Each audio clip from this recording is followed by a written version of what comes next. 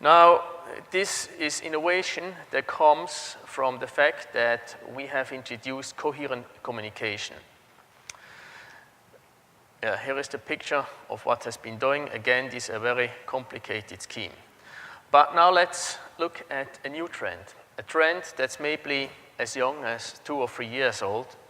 The coherent trend is maybe 4 or 5 years old, but what we have now is a new trend called OFDM. All of a sudden, people say, well, coherent might not be the final thing. Maybe it's OFDM. Let's give me a short introduction as to what OFDM is. When so far information was encoded here coherently as a signal in the forms of ones or even in the form of amplitudes, then in the OFDM scheme, this data is taken and we perform a serial to parallel conversion. Now, if this, for instance, is 40 gigabit, then we would now convert it into 1,000 channels of 40 megabit. Very low data rates. And think of this, all in the electronic domain. Then we're going to mix it up with some low carriers, like 40 megahertz, the second one with 2 times 40, and so forth. If we would look at the frequency axis, then this would give result in very many, very narrowly spaced channels, each comprising low information content. But the total of these frequency carriers, this makes, again, the 40 gigabit. Now, we can consider this as frequency components or amplitudes in a frequency space. If we would perform an inverse fast Fourier transform going from taking these frequency components and bringing them in the time domain, we would actually get a new time signal or the positions of samples in time domain. If in addition we perform a digital to analog conversion, we would basically have transformed this signal from a digital signal in an analog signal. Now, what's the catch? The catch is, again, getting rid of signal processing. While in the coherent scheme, we had a lot of signal processing and at the output to derive a distorted signal, the initial information from the distorted signal. Then people would argue, since here I have a lot of carriers, these here, then I can transmit them over a fiber, and even though there is dispersion, there is not a lot of distortion because the signal is so narrowly spaced. And so we have now the phenomenon that beside coherent, we discuss on OFDM communication.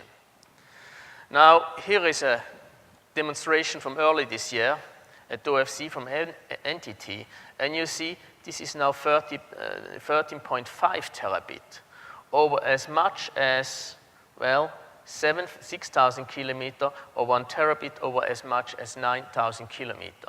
So which scheme is better? The whole community in photonics communication is now divided, some being in favor of this technology, others in favor of the other technology. Now, OFDM has made some other progress.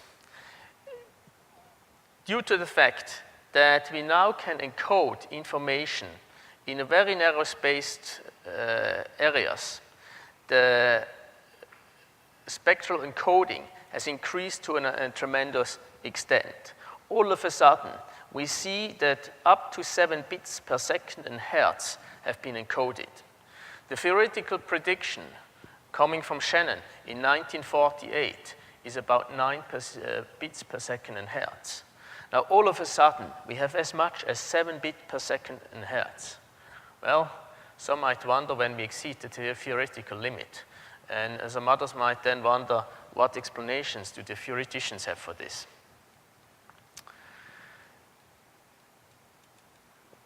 So, now with all this digital processing, then of course comes the question, who can process this amount of data? Now the electronic world is making progress, and we just recently learned at the conference that 21.4 gigasamples per second can be real-time processed. This requires a lot of electronics. electronics that's now being used in order to perform optical communications. But this is only one truth. With the data increasing, the question is, are there better ways to do this optical processing? Has it to be in the electronic, or can the optical world do it?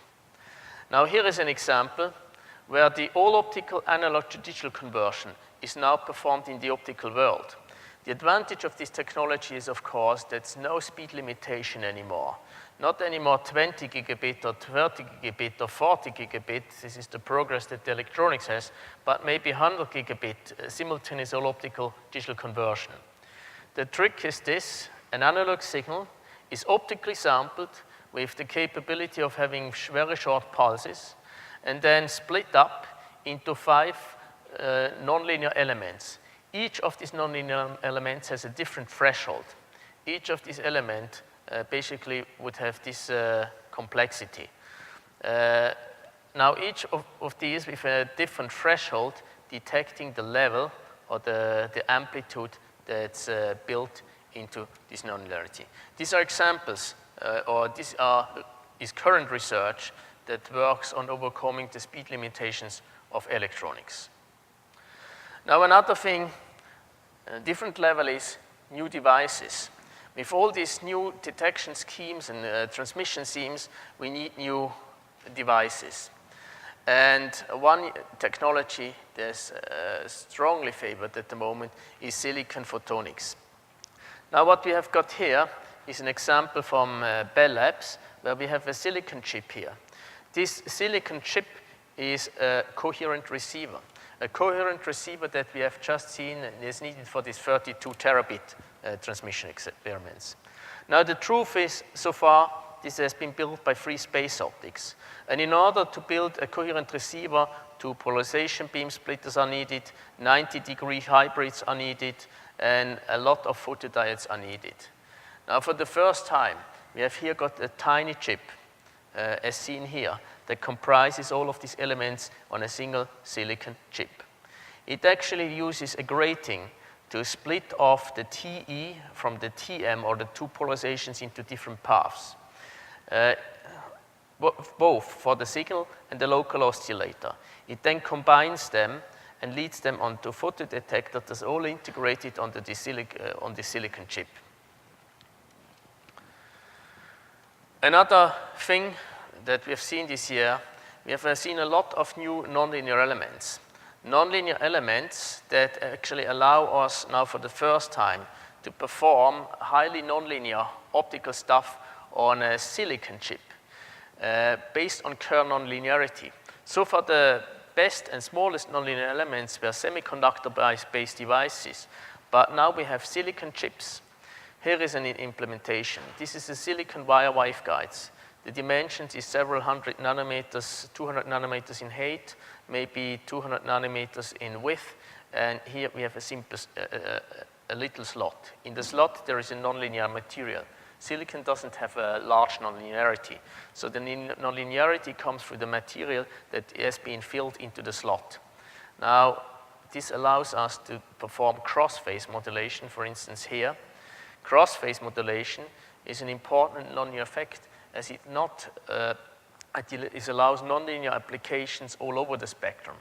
In nonlinear 4-wave mixing effects, usually we are restricted by phase matching conditions. Here we are not. Good. This is an example. Another example that is given here, 170 gigabit to 40 gigabit.